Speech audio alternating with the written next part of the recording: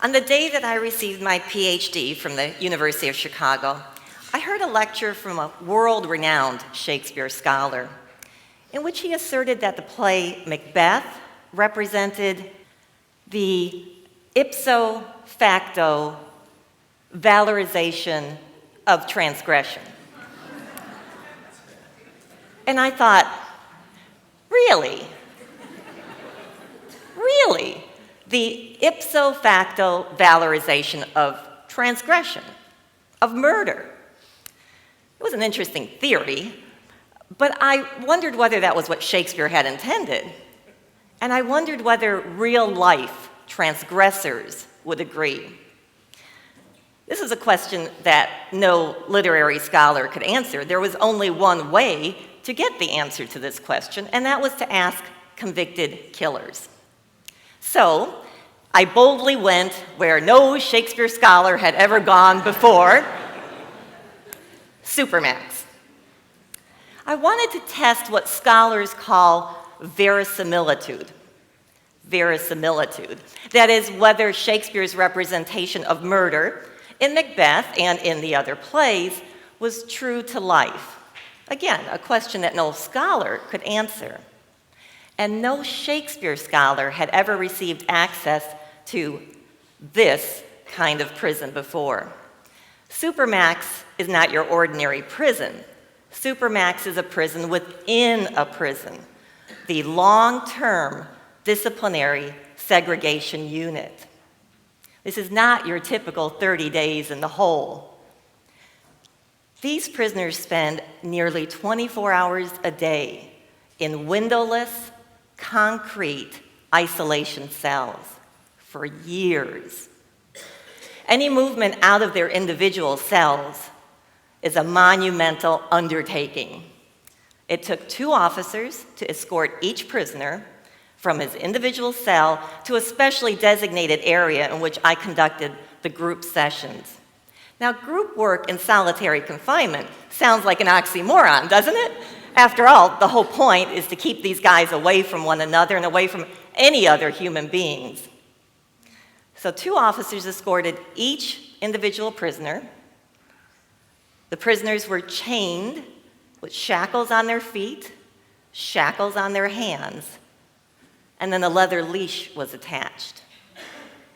They were brought into individual holding cells in our specially designated area, and each week I asked these prisoners to write down their responses to the play of Macbeth, scene by scene by scene. And each week when they arrived for our group sessions, I collected their homework.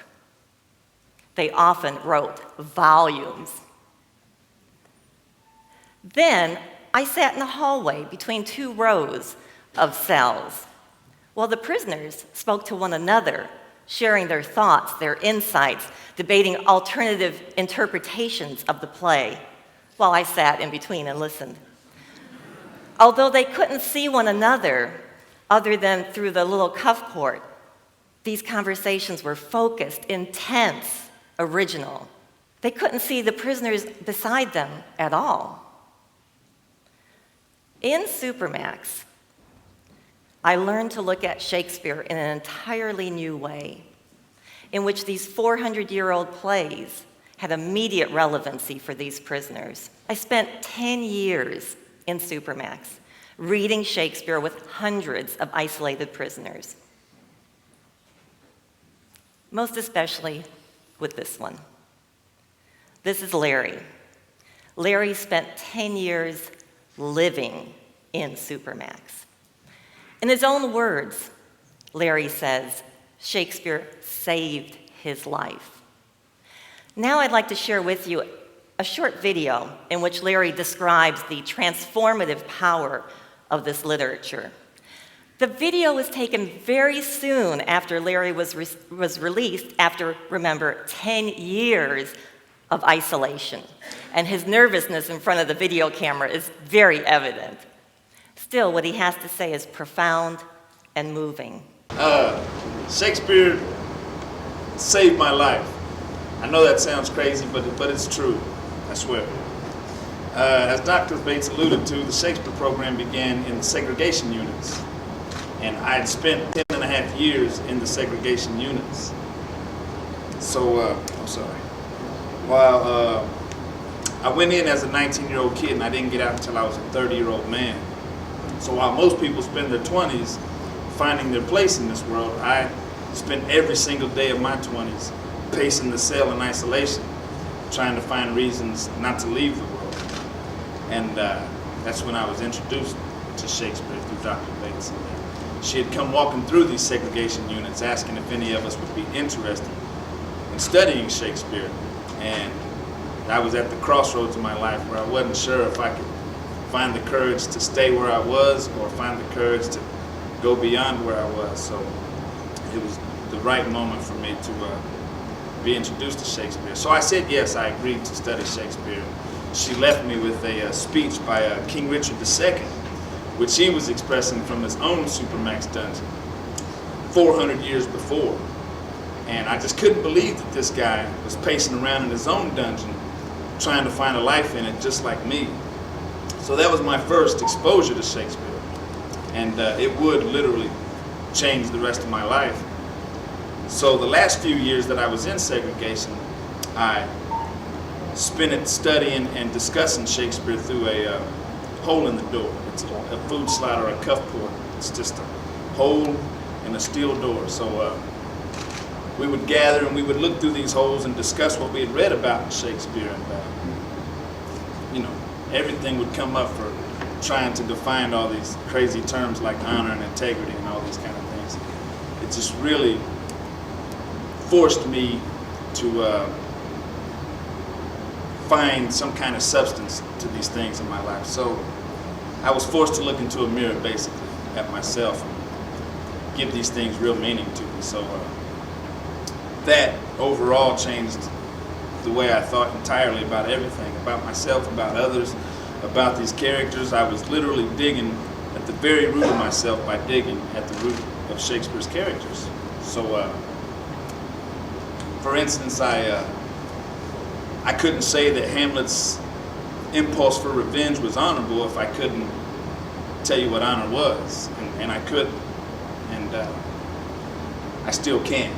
I still can't tell you what honor is, but I can tell you some things that it's not, and Hamlet's revenge was one of them. His revenge was not. So it forced me again, as I said, to start giving these things meaning to my life. And I got a speech here that I didn't say anything from, so I don't know where I'm at, but it doesn't matter. I eventually left segregation, and I came back out here to the general population. And Dr. Bates continued to allow me to work with the program. She asked me if I would recreate my thinking patterns, or what brought my two selves into conflict with each other, like them terms. And so I sat down and I began writing out what I had a conflict with and what kind of resolution I was able to come up with. So I basically recreated my own experiences with Shakespeare and put them on paper so she could gather them together and take them back in there where these guys were still going through what I was going through. I mean, literally just fighting for their lives, you know. So we did that. We sent it back in there, and I basically just wanted them to do the same thing. I wanted to challenge them to define these terms like honor, integrity, pride, humanity, whatever they were, because these things drive our lives and we don't even know what they are. So it was, you know, I think critical to get these people to start addressing these questions. And so that's what we did, and that's where this program is now going, is we want to do the same thing. We want to use Shakespeare as a tool for use, not just a compilation of great stories. We want him to work for other people like they've worked for us. So that's what everybody's doing up here, man. And I guess they could be doing something else, but they're up here so they can bring this to these juveniles who are right now still shaping the rest of their lives, and hopefully we can counter what it is they're building their life on, which is the same hallowed principles that we had built our lives on. So that's our goal here, and that's what we're doing. So thank you, appreciate it. Shakespeare saved my life. That was the opening statement that Larry made in that video. And as you can see, Larry found nothing to valorize in Macbeth's acts of transgression. Instead, Larry questioned whether Macbeth's murder was motivated by his conscience or by his ego. As you can see, that Larry found nothing to valorize in Hamlet's acts of transgression. Instead, he exposed Hamlet's urge for revenge to be a selfish act. Ultimately, Larry inspired his fellow prisoners to examine their own motives and to question their own character as they examined the motives of Shakespeare's characters. In this video clip, you heard Larry make a reference to these kids. When Larry was released back into the general prison population, he led a group of prisoners in a very special project. They were reaching out to at-risk juveniles. A group of prisoners, led by Larry, wrote an original adaptation of Shakespeare's play, Romeo and Juliet. But they didn't focus on the lovey-dovey stuff. Instead, they focused on the violence. This is not your typical love story of Romeo and Juliet. Our story is the tragic tale of young Romeo, the violent society in which he lived, and the terrible choice he chose to make. And our goal in choosing these 5 scenes and presenting them in modern day language is to show you just how relevant this 400-year-old play is to teens today.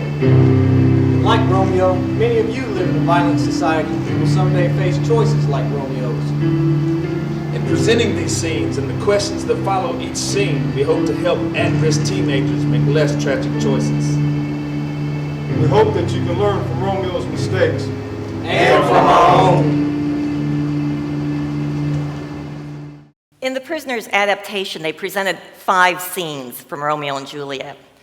And as you heard Larry say, at the end of each scene in the video, Larry stepped forward and raised a question. After the opening scene of the street fight between the rival gangs of the Montagues and the Capulets, Larry stepped forward and said, "Why do these men feel such blind hatred toward one another? Who do you hate blindly?"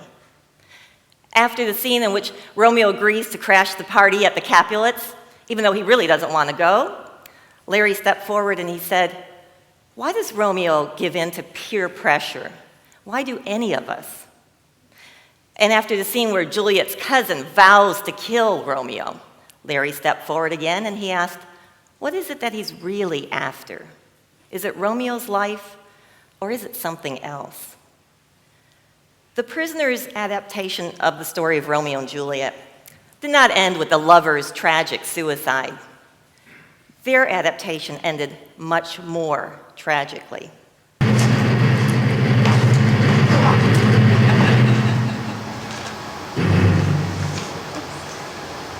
Snap out of it, man. The cops are coming, man.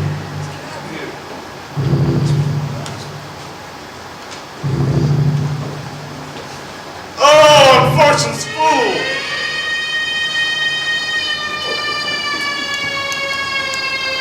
Romeo, what did I tell you about causing trouble on my street? Hands behind your back.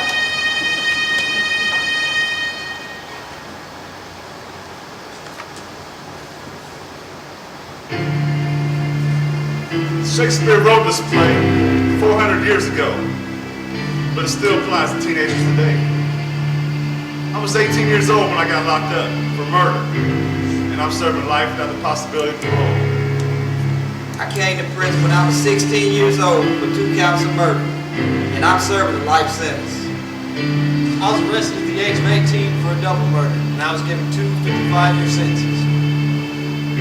I was arrested when I was 14 for murder and sentenced to 199 years. At the age of 16, I was arrested for 2 counts of murder and sentenced to 80 years in prison.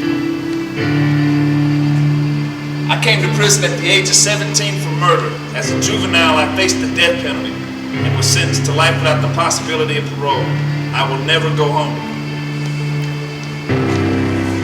We hope that you learn from Romeo's mistakes. And our own.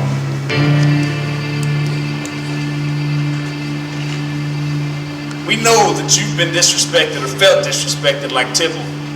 We know that you felt enraged like Mercutio, and all of us have wanted to get revenge like Romeo. It's okay, those are natural feelings. What matters is, well, what you do about it, how you react to it. So how will you react to it?